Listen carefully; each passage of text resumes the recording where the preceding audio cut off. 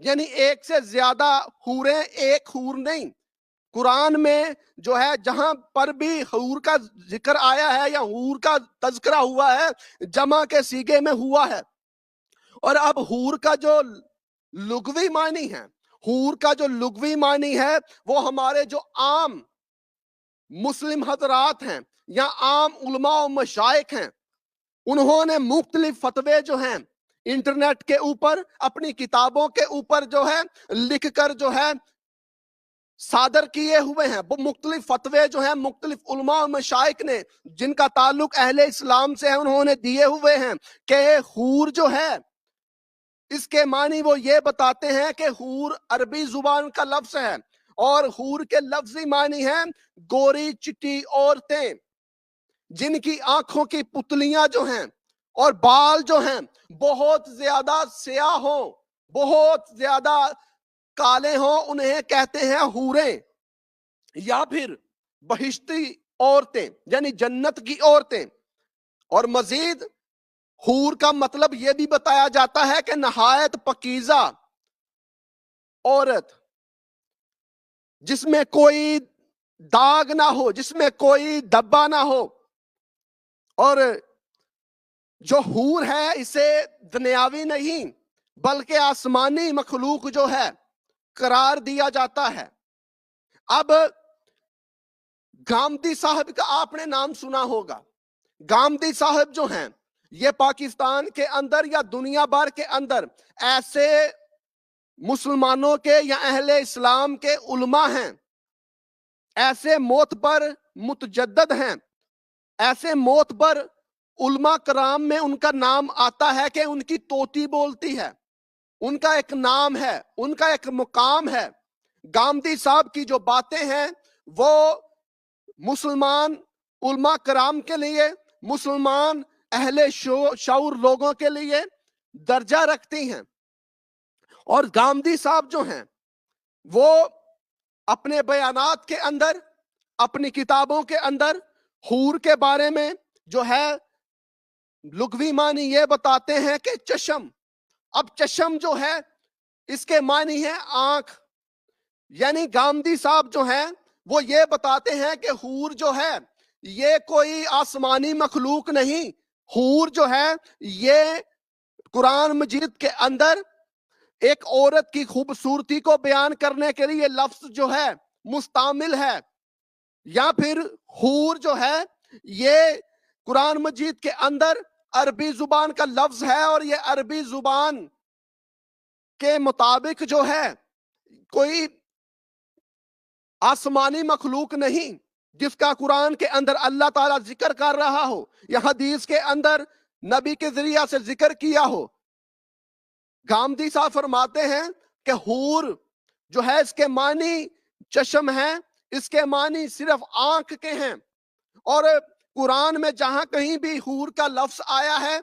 اس سے مراد یہ ہے کہ اللہ تعالیٰ جو ہے ایک قسم کی جو عورتیں ہیں جن کی آنکھیں جو ہیں بڑی سیاہ ہیں یا خوبصورت ہیں ان کو سامنے رکھ کر ان کی خوبصورتی کی تعریف کر رہے ہیں.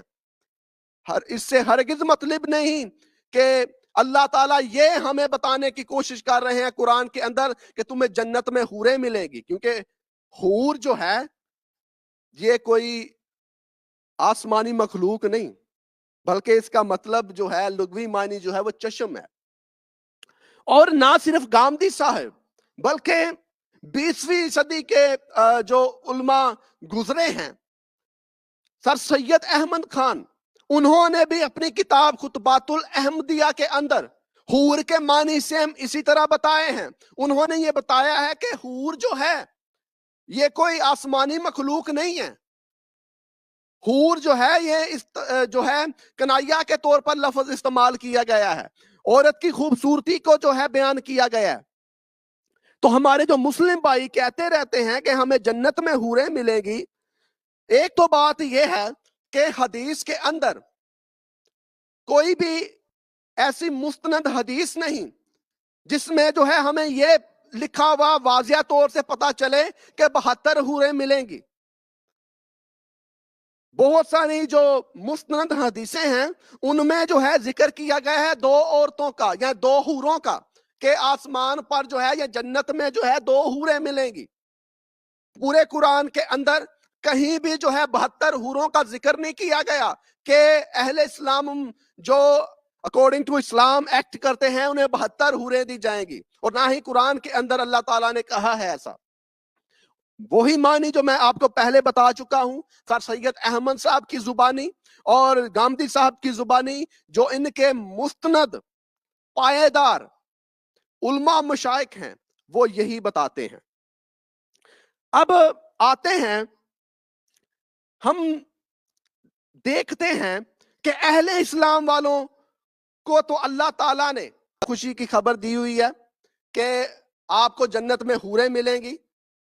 اور مسیحی بھی جو ہیں وہ بھی یہ کہتے ہیں کہ ہمیں بھی جو ہے حوریں ملنی چاہیے, ہمیں بھی جو ہے دنیاوی اجر ملنا چاہیے, ہمیں بھی مادیت ملنی چاہیے. میں آپ کو بتانا چاہتا ہوں کہ خداوند یسوع المسیح جو ہمارے آقا ہیں, ہمارے خالق ہیں, ہمارے مالک ہیں, ہمارے رازق ہیں, خداوند یسوع المسیح نے اپنی عین حیات کے اندر جب وہ اہل زمین کے اوپر زندگی گزار رہے تھے, اور جب وہ خدا کے کلام کی منادی جو ہے قوموں کے اندر, قبیلوں کے اندر اور امتوں کے اندر اور اہل زبان کے اندر کر رہے تھے, تو خداوند یسوع المسیح نے جو ہے کبھی بھی اپنی عین حیات کے اندر اپنے شاگردوں کے ساتھ یا پھر عام عوام کے ساتھ جنہیں آپ اپنے کلام کی جو ہے خوشخبری سنا رہے ہوتے تھے, کبھی بھی آپ نے مادیت دینے کا وعدہ نہیں کیا, کبھی بھی آپ نے انہیں اس غلط فہمی کا شکار نہیں ہونے دیا کہ میں جب آسمان پر چلا جاؤں گا, تم جو مجھ پر ایمان لے کر آئے ہو, مجھے تم نے نجات دہندہ کے طور پر قبول کیا ہے, میرے ماننے والوں سن لو اور کان کھول کر سن لو کہ میں تمہیں جو ہے یہ دنیاوی چیزیں عطا کروں گا. ایسا خداوند یسوع المسیح نے کبھی بھی اپنی زبان مقدس سے قول یا قرار ظاہر نہیں کیا. کبھی بھی خداوند یسوع المسیح نے ایسی تعلیم نہیں دی, بلکہ خداوند یسوع المسیح نے جب تعلیم دی تو آپ نے فرمایا کہ میری جو بادشاہی ہے وہ اس جہان کی نہیں بلکہ میری بادشاہی جو ہے آسمان کی ہے. میں آسمان سے آیا ہوں اور میں آسمان سے اترا ہوں, اور تم بھی اے میرے ماننے والوں جو مجھ پر ایمان رکھتے ہو, جو مجھے اپنا خالق مانتے ہو, جو مجھے اپنا رازق مانتے ہو, جو مجھے اپنا خداوند مانتے ہو اور منجی مانتے ہو, سن لو تم بھی زمینی نہیں بلکہ آسمانی ہو, کیونکہ تم زمینی کے اوپر ایمان نہیں لے کر آئے بلکہ تم آسمانی کے اوپر ایمان لے کر آئے ہو. اور مجھ خدا واحد یسوع المسیح خدا کے بیٹے کے پاس اختیار ہے کہ جو مجھ پر ایمان لاتا ہے میں اسے زمینی نہیں رہنے دیتا بلکہ اسے بھی آسمانی بنا دیتا ہوں. اب تم زمینی نہیں رہے, تم کسی زمینی پر ایمان نہیں لے کر آئے, تم کسی مادیت کے بارے میں تعلیم دینے والے کے اوپر ایمان نہیں لے کر آئے بلکہ تم آسمان سے جو اترا ہے اس پر ایمان لے کر آئے ہو, اور وہ تمہیں آسمانی بنائے گا. وہ تمہیں یہاں رہنے ہی نہیں دے گا, وہ تمہیں یہاں سے اٹھائے گا اور آسمان پر لے جائے گا. تم آسمانی ہو. اور ہمارے مسیحی بھی سن لیں, دنیاوی اجر کا خداوند مسیح نے کبھی ذکر نہیں کیا. خداوند یسوع المسیح نے کہا کہ میں تمہیں آسمانی بناؤں گا, میں جاتا ہوں اور میرے باپ کے پاس بہت سے مکان ہیں اور جا کر تیار کرتا ہوں, آؤں گا اور تمہیں بھی یہاں سے لے جاؤں گا آسمان کے اوپر. تو اس حوالے کا جس کا آج دوپہر ہم نے مطالعہ کیا ہے, یا جس حوالے کو ہم نے آج ورد کیا ہے, اس حوالے کا جب ہم تفسیری مطالعہ کرتے ہیں تو ہمیں پتا چلتا ہے کہ ایک دولت مند شخص ہوتا ہے. دولت مند شخص جو ہے خداوند مسیح کے پاس آتا ہے, اور جب خداوند مسیح کے پاس آتا ہے تو دولت مند شخص آ کر خداوند مسیح کو کہتا ہے کہ اے استاد, اے خداوند, اے نیک استاد, مجھے بتا کہ میں کیا کروں کہ نجات پاؤں, کیا کروں کہ ہمیشہ کی زندگی پاؤں. تو خداوند یسوع المسیح جو ہیں اسے کہتے ہیں کہ شریعت پر عمل کر, شریعت پر ایمان لے کر آ, شریعت کی پیروی کر, تو وہ شخص آگے سے جواب دیتا ہے کہ اے استاد، اے ربی، اے خداوند، اے آقا، میں تو بچپن سے شریعت کے اوپر عمل کر رہا ہوں، میں تو بچپن سے جو ہے شریعت کی پیروی کر رہا ہوں۔ تو خداوند یسوع المسیح ایک بار اس کی طرف اپنا رخ پھیرتے ہیں اور اسے غور سے دیکھتے ہیں۔ جب غور سے دیکھتے ہیں تو حیران ہوتے ہیں، اور حیران ہو کر اسے کہتے ہیں تجھ میں ایک بات کی ابھی کمی ہے، اور وہ کمی یہ ہے کہ تو اپنی دولت کی بڑی فکر کرتا ہے، تو اپنی مال و متاع کی بڑی فکر کرتا ہے، تیرے پاس بہت دولت ہے، تو بہت بڑا بزنس مین ہے، تو نے بہت زیادہ دولت جو ہے جمع کر لی ہے، ہاں تو شریعت کے اوپر عمل کرتا ہے لیکن شریعت کے اوپر کامل طور پر عمل نہیں کرتا، کیونکہ شریعت کی تعلیم ہی یہ ہے کہ غریبوں کا سہارا بنو، محتاجوں کا سہارا بنو، اور شریعت کی یہ تعلیم ہرگز نہیں ہے کہ دولت مند بنو، بلکہ شریعت کی یہ تعلیم ہے جو کچھ تیرے پاس ہے وہ دان کر دے۔ اور یہودی روایات بتاتی ہیں کہ جو کوئی بھی خیرات کرتا ہے پوشیدگی میں، جو کوئی بھی خدا کی راہ میں پوشیدگی میں دیتا ہے غریبوں کو، محتاجوں کو، مسکینوں کو، وہ موسیٰ سے بھی بڑا ہے۔ اب موسیٰ سے کون بڑا ہو سکتا ہے؟ موسیٰ تو جلیل القدر نبی ہے، موسیٰ جیسا نبی تو خدا تعالیٰ نے زمین کے اوپر برپا ہی نہیں کیا، لیکن جو کوئی پوشیدگی میں خیرات کرتا ہے وہ موسیٰ سے بھی بڑا ہے۔ یہ یہودیوں نے لکھا ہوا ہے اپنی کتابوں کے اندر، تالمود کے اندر۔ تو خداوند یسوع المسیح نے اسے کہا کہ جو کچھ تیرے پاس ہے سب کچھ دان کر دے، اور دان کرنے کے بعد میرے پیچھے ہو لے۔ لیکن وہ حیران ہوا، پریشان ہوا، کیونکہ اس نے سوچا ہوگا کہ میں نے تو اپنی زندگی ساری لگا کر یہ دولت جمع کی ہے۔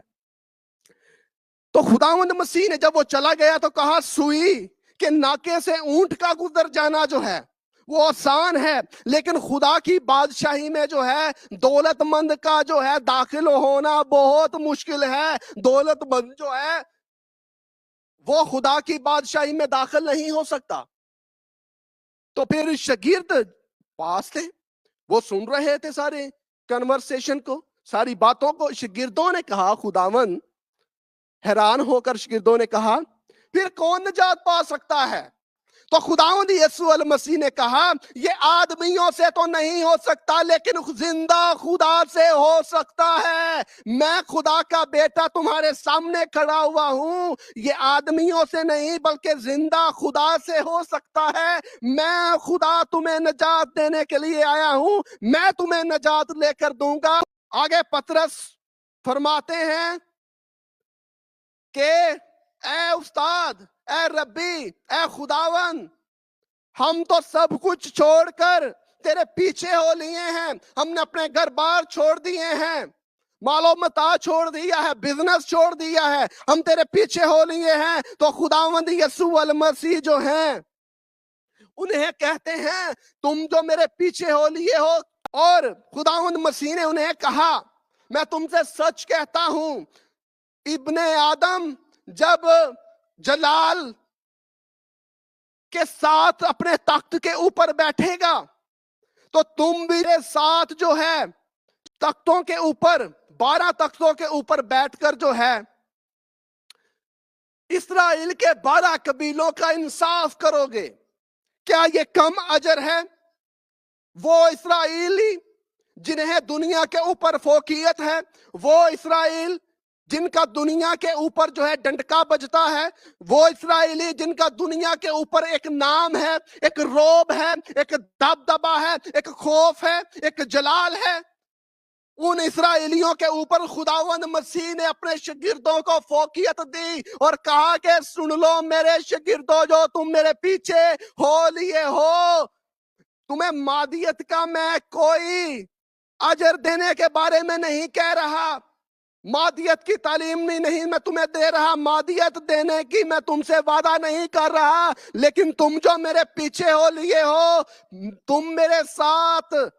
تختوں کے اوپر بیٹھ کر 12 اسرائیل کے قبیلوں کا انصاف کرو گے۔